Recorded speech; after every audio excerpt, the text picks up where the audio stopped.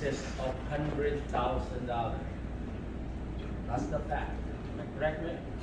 $100,000 for special election last year to get 986 votes. A lot of money, right? 800. 800 something votes. Not even 900. Showing you statistics that way you can be excited about it. We're probably going to spend, depending on where we're at, okay? A little bit. But we have excitement moving forward. Fred has a lot of network. I have a lot of it. Joey has a lot of it. And the mayor itself is putting her name on the line. Sending it. Not just the mayor. Imagine the mayor's support. That carries a lot of weight. You are the leader of this community. You are respected. That's why you became the mayor. That is why you should be leading Fred. That is why after this, you gotta create a page on Facebook to get his name out. That is why we need to go out there and get our friends to elect Oscar Ramos and elect Fred Rockoso to our office. Again, we do this out of love. Go get it out about getting money. Then if there's money out there, I'll be the first one running. If I can make money, I'll be the first one. There's no money. Trust me, they're broke. But they do this out of love. Alright? If I want to serve, I just serve my church, right? Amen? But that's the discounting that office. Anyway, again, let's give round of applause to our next councilman for District 4. Fred, Commissioner Fred, a family man, a Christian man, a hardworking man. Fred, Dr.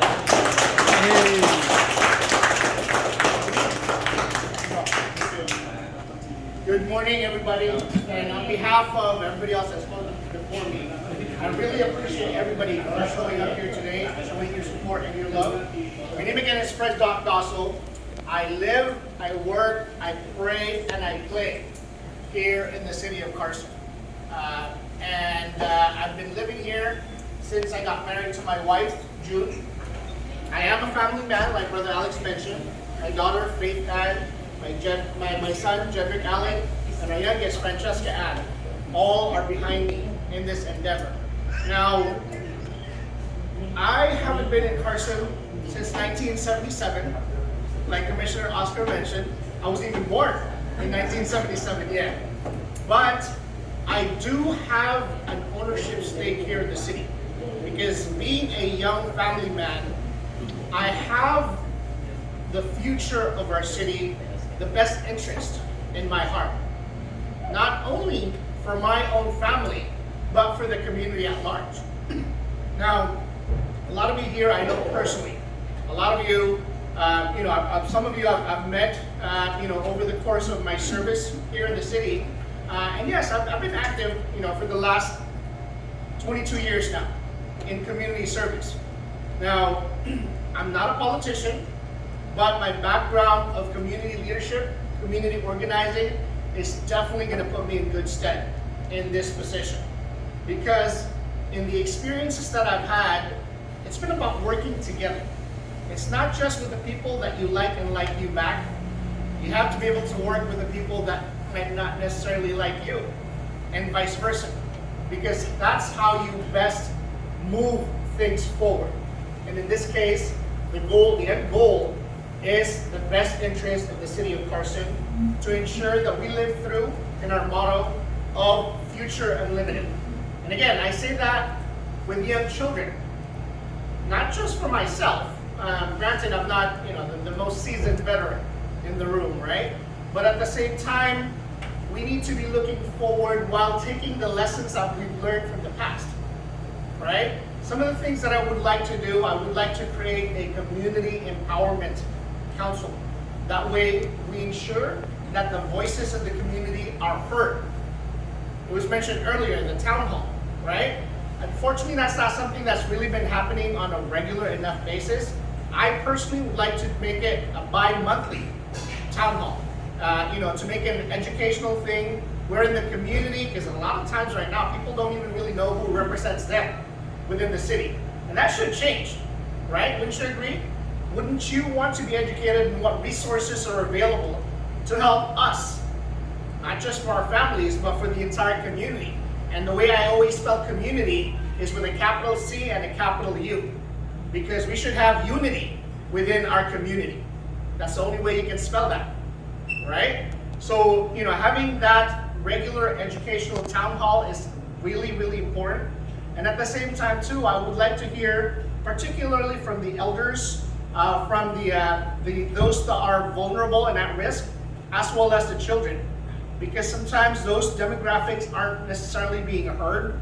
And I think it's important that we hear from all the segments of our community, because there are a lot of things that are happening out there that, they're saying out of sight, out of mind.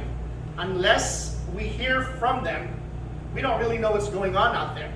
Government should be, as our forefathers say, it's of the people, by the people, and most importantly, for the people.